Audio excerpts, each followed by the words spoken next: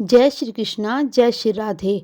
अर्चना के कृष्ण गुणगान चैनल पर आपका स्वागत है। करवा चौथ के दिन चंद्रमा की पूजा कर महिलाएं ये कामना करती हैं कि किसी भी कारण उन्हें अपने प्रियतम का वियोग न सहना पड़े।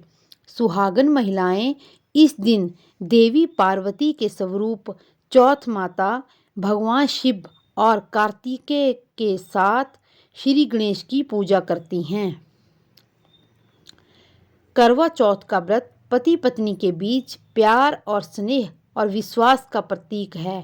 रामचरितमानस में लंका कांड के अनुसार इस व्रत का एक पक्ष यह भी है कि जो पति पत्नी किसी कारणवश एक दूसरे से बिछड़ जाते हैं, चंद्रमा की किरणें उन्हें अधिक कष्ट पहुंचाती हैं। इसलिए करवा चौथ के दिन चंद्रमा की पूजा कर महिलाएं ये कामना करती हैं कि किसी भी कारण उन्हें अपने प्रियतम का वियोग न सहना पड़े। सुहागन महिलाएं इस दिन देवी पार्वती के स्वरूप चौथ माता और भगवान शिव और कार्तिकेय के साथ श्री गणेश की पूजा करती हैं।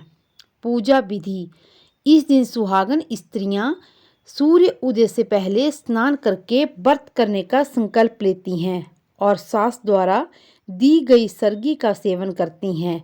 सरगी में मिठाई, फल, सेवियां, पूड़ी और साज श्रृंगार का सामान दिया जाता है।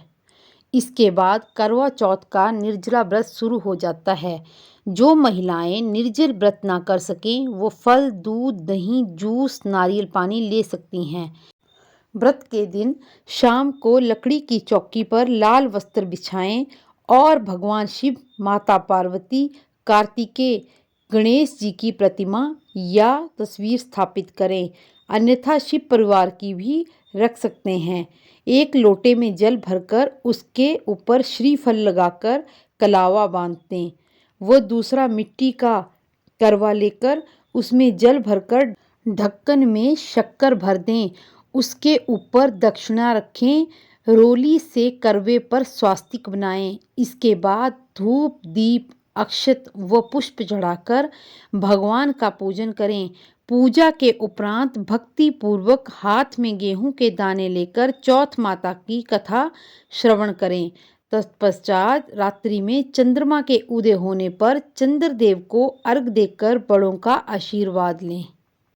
करवा चौथ की पूजा का शुभ मुहूर्त: 13 अक्टूबर 2022 की शाम 5:54 से लेकर 7:03 तक।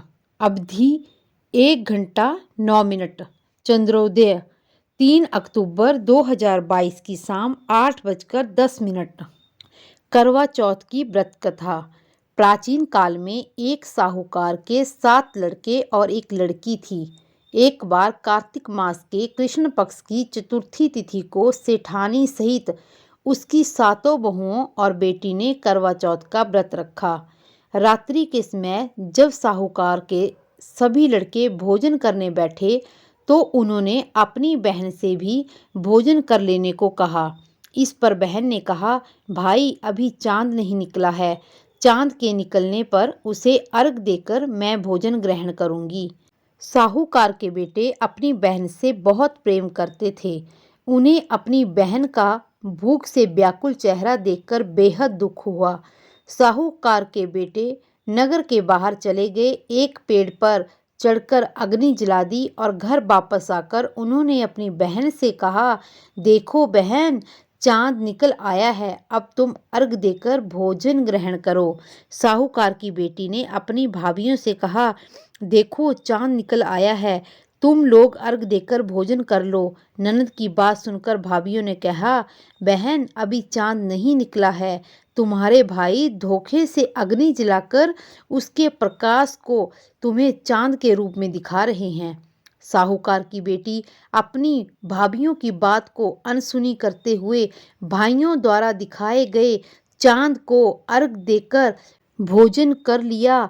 इस प्रकार व्रत के भंग होने के कारण विघ्नहर्ता भगवान श्री गणेश साहूकार की लड़की पर अप्रसन्न हो गए और श्री गणेश की अप्रसन्नता के कारण उस लड़की का पति बीमार पड़ गया और घर में बचा हुआ सारा धन उसकी बीमारी में लग गया।